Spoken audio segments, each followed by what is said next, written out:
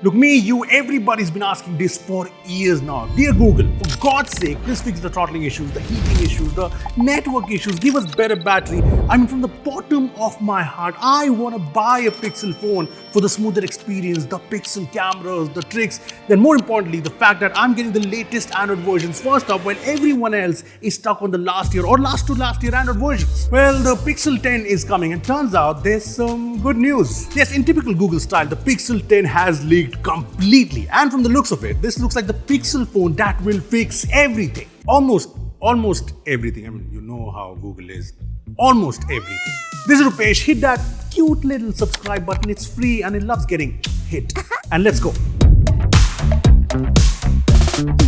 First up, let's talk about the base Pixel 10 because that's the Pixel most people are excited about and it's getting some big changes. I mean, not in terms of design, but honestly, I'm fine with it. I mean, like the iPhones, finally Pixels to have a character, a unique identity with this camera bar, and this will remain the same. It will be the same size phone, the same bezels. Yes, there will be newer colors. There's Indigo, Obsidian, Frost, and a new lime. Kudos to Google for first mocking Apple for their weird color names and then following suit. About time. But it's not about the looks. This is bringing some big upgrades to functionality. First up, the display remains the same 6.3-inch OLED, but it's getting brighter at 2000 nits in high brightness mode, and this will finally get higher PWM dimming rates. And we don't have the numbers yet, but this is a good move. Now, big upgrade number 2, Google's finally adding magnetic charging to Pixel phones using the G2 standard, similar to MagSafe. So you know all those cool MagSafe gadgets? Yeah, they will work on the new Pixel 10 phones without having a case or anything. Again, first taking shots of the iPhone in the new official promo, and then follow suit. About time. Now coming to big upgrade number 3. See these two cameras here on the Pixel 9? Well, this shit. We are getting 3 cameras on the base Pixel 10. Yes, the Pixel 10 will come with a new 10.8 megapixel telephoto lens capable of 5x optical zoom, and this will also bring telemacro capabilities. And this new telephoto lens on the baseline Pixel is awesome. We've been waiting for this for years, but it's Google, so there's a catch. About time. So the Pixel 10's main camera and the ultra-wide will be the same cameras as the Pixel 9a, a 48 megapixel primary and a 12 megapixel ultra-wide, which are in fact a downgrade from the Pixel 9, which has a 50 megapixel primary and a 48 megapixel ultra-wide, bigger sensors. Yeah, again, typical Google, but as long as it's not 8 megapixel, I'm kind of expecting Google to do good things with its optimization. And then there's the upgrade that will make you go for the tissues. I mean, you'll be crying, not the... Oh, God damn. So the new Pixel 10 will come with the new Tensor G5, and I know what you're thinking, Tensor again? And leaked benchmark scores also suggest it might not even compete with the top-of-the-line Snapdragon or MediaTek chipsets, but that is not the big deal. The big deal is the fact that the Google Tensor G5, the new chipset, is Google's first chipset to be built from the scratch, and this is using TSMC's 3nm fabrication. Now I know what you're thinking, how is that different, right? So the previous Tensor chipsets are basically Exynos chipsets with some modifications, and they were built on Samsung's 4nm architecture, which if you don't know has been known to bring some thermal issues, throttling. And on the other hand, TSMC chipsets are known to be more stable, more efficient, something we have seen in a lot of chipsets, so this is good news. I mean, you and I both know that good optimization can make even a not so fast chipset work flawlessly, and at the end of it all, we want a Pixel phone that runs smoothly, does not throttle instantly, does not heat up at random.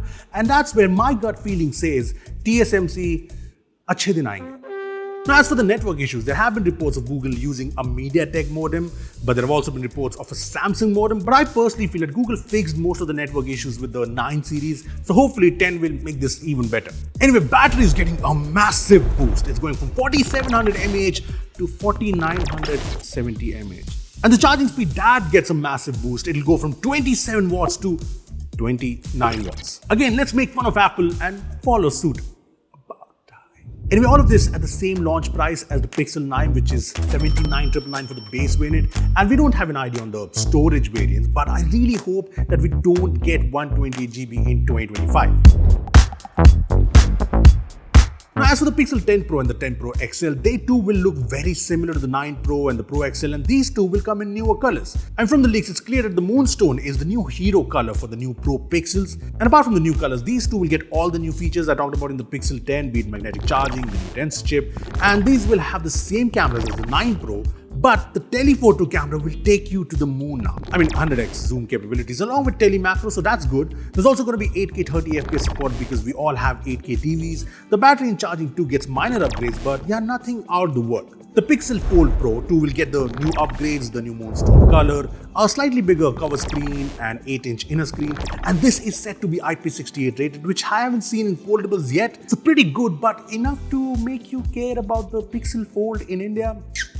Don't think so. Apart from that, it's Google, so we'll obviously be getting a lot of AI features. I mean, there's said to be a new camera coach which will use Gemini to, make you a better photographer. Should work real time and should be awesome, hopefully. There's going to be sketch to image, similar to what we've seen in Samsung phones. And all of this is set to be powered by the new TPU in the Tensor G5 chipset, which is said to be more powerful, so everything works locally, no internet required. And yes, the assistant is also evolving. Pixel is getting a new proactive AI feature called Pixel Sense, which will understand the context and suggest actions across apps without you asking. And then there's the usual yearly tradition of Google giving you the Google AI Pro subscription with the new Pixel phones for a year for free, which is worth 19,000 rupees, comes with a ton of Google features, 2 TB storage, lots of AI tools, so that's pretty awesome. The new Pixels will also come with Android 16, all of that material, expressive UI we have talked about, and the Google promise of 7 years of OS updates and security patches. I mean, I'm just hoping that the new Tensor chipset lasts for those 7 years. Here's hoping. Look, at the end of it all eyes, and my eye is on the Pixel 10 because that's the phone that gets value for money as the year goes by, the phone to buy in the sales, and it looks like this time it will be worth it because of the kind of upgrades it brings. A better display, magnetic wireless charging, a telephoto camera finally, and the new Tensor G5, which is going to be make or break for the new Pixels. So a lot on the line. Google, just don't fucking disappoint us. Anyway, I want to know what you guys think of the new upgrades coming to the Pixel series. Comment down below. Thanks for watching, and I'll see you in the next one. Don't disappoint.